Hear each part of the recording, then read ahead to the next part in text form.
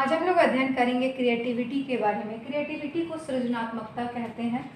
तो सबसे पहले हम जानते हैं कि क्रिएटिविटी जो होती है, मानव में सृजनात्मकता का जो पावर होता है वो हमेशा से होता है, जिसके कारण समाज के विकास में सहायता मिलती है। बहुत से मानवीय क्रियाकलाप जो होते हैं सृजनात्मकता पर आधारित होते हैं। जैसे कि जब कोई व्यक्ति अच्छी कविता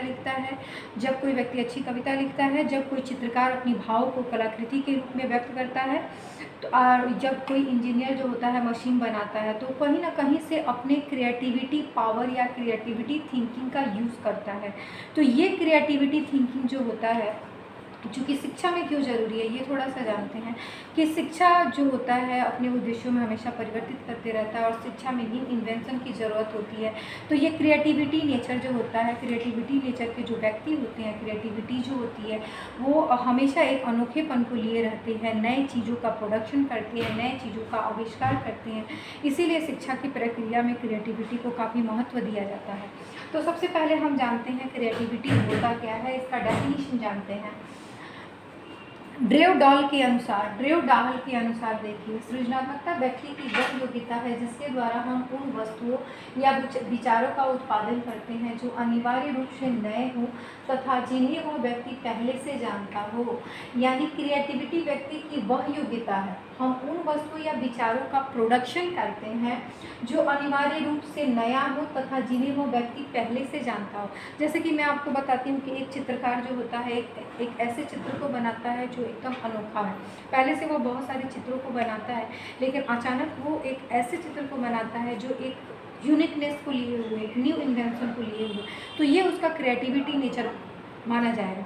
वो पहले से कलाकारी करना जानता है, वो नई मतलब चित्र बनाना जानता है और अचानक एक अनोखे तरीके से चित्र बनाता है, तो उसे हम क्रिएटिविटी बोलेंगे। ये परिभाषा उस, जैसे यहाँ एक और उदाहरण लेती हूँ। जैसे एक कवित्री जो होती है ये कविता लिखती है तो हमेशा कविता किसी चीज़, अचानक वो किसी यूनिक सब्जेक्ट पर कविता लिखती है तो जो काफ़ी पॉपुलर हो जाता है। तो ये नए तरीके से काम करने का ढंग है, न्यू इन्वेंशन है, न्यू जो प्रोडक्शन है, वही आपका क्रिएटिविटी है। उसी परिभाषा को इसमें ड्रेव डहाल ने परिभाषित करने की कोशिश की है। देन दूसरी परिभाषा हम जानते हैं जो हेमोविच के द्वारा दिया गया है। हेमोविच ने परिभाषा दिया है कि नव परिवर्तन लाने, आविष्कार करने तथा तत्वों को इस ढंग से रखने की क्षमता जैसे वे पहले कभी नहीं रखे गए हों ताकि उनका महत्व या सुंदरता बढ़ जाए, सृजनात्मकता की संज्ञा दी जाती है। जैसे इससे पहले ही मैंने आपको पहले जो परिभाषा क्लियर किया है कि जिसे पहले से जानता हो और नया हो, इसमें भी वही बात हुई है कि रखने की क्षमता जैसे वे पहले नहीं रखे गए हों ताकि उनका महत्व या सुंदरता बढ़ जाए। ये अर्थात वह एक अनोखा काम करता है जो नए परिवर्तन को लाता है और जो इसके पहले नहीं हो। मैंने बताया कि एक चित्रकार एक ऐसा पिक्चर बनाता है जो यूनिक हो, अनोखा हो, तो नया परिवर्तन लाता है जो पहले से वैसा नहीं हो। अचानक वो ऐसा करता है कि एक नई चीज़ बन जाती है, ठीक है, नहीं रखे गए हों और उनका महत्व या सुंदरता बढ़ जाए तो जाहिर सी बात है उसकी सुंदरता बढ़ जाएगी। अब जैसे मैं यहाँ आपको एक उदाहरण देती हूँ, अभी जैसे कोरोना चल रहा है, तो कोरोना का मेडिसिन जो नहीं बना हुआ है, अचानक क्या होता है उस पर न्यू इन्वेंशन हो रहे हैं, डेली न्यू इन्वेंशन हो रहे हैं। कोरोना का जो मेडिसिन बनाने की कोशिश हो रही है, तो जो कोरोना का मेडिसिन बढ़ेगा तो एक यूनिक चीज़ हो जाएगा। कोरोना का मेडिसिन इसके पहले नहीं बना था, अचानक जो न्यू इन्वेंशन हो रहे हैं, जो नए टेक्निक लगाए जा रहे हैं कोरोना का मेडिसिन आविष्कार करने के लिए, और वो अचानक बन जाएगा तो क्या होगा, उसकी सुंदरता बढ़ जाएगी, उसका महत्व बढ़ जाएगा। यानी वो नई क्रिएटिविटी चीज़ जो बनेगी उसका महत्व बढ़ जाएगा। इसी को हम क्रिएटिविटी बोलते हैं, समझे।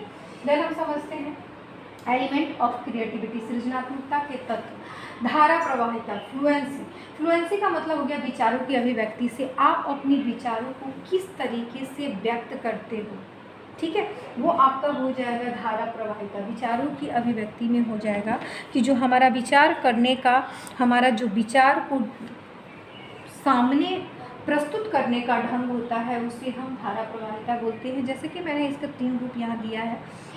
एक हो गया आइडिया मतलब आप विचार को किस तरीके से रखते हो। देन एसोसिएशन, दो विचारों के बीच में, मान लीजिए आप न्यू इन्वेंशन कर रहे हो और पहले से आपको जो नॉलेज है, तो दोनों के बीच में एसोसिएशन क्या है, आप संबंध कैसे स्थापित करते हो। उसके बाद है एक्सप्रेशन, आप अपने विचारों को व्यक्त कैसे करते हो।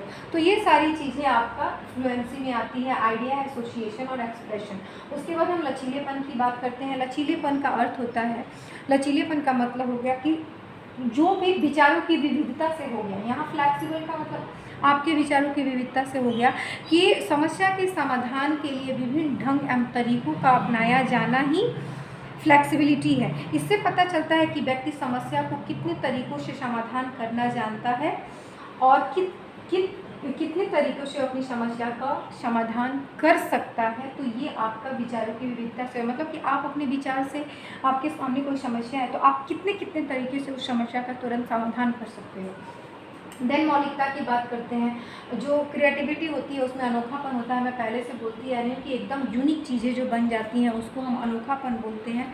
तो मौलिकता से तात्पर्य समस्या के समाधान के लिए व्यक्ति द्वारा दी गई अनोखेपन से होता है। जब व्यक्ति समस्या के समाधान में बिल्कुल ही नया, अनूठा एवं लाजवाब अनुक्रिया करता है तो मौलिकता कहलाता है। ठीक है। उसके बाद विस्तारण, विस्तार को अर्थपूर्ण ढंग से परिभाषित करना। विस्तारण, इलेबोरेशन का मतलब हो गया जो भी आप कर रहे हो, विचारों को बढ़ा चढ़ाकर विस्तार करने की क्षमता ही विस्तारण कहलाती है। इसमें व्यक्ति विचारों को एक साथ संगठित करके उसका अर्थपूर्ण ढंग से विस्तार करता है और नए विचार को जन्म देता है, यानी संगठन करता है, नए विचार को जन्म देता है। तो आज हमने जाना कि एलिमेंट ऑफ क्रिएटिविटी, ये सारी चीज़ जो है सृजनात्मकता के ये कई तत्व हैं जिनके आधार पर हम सृजनात्मकता की उचित पहचान कर सकते हैं और उसका मेजरमेंट कर सकते हैं। Thank you so much.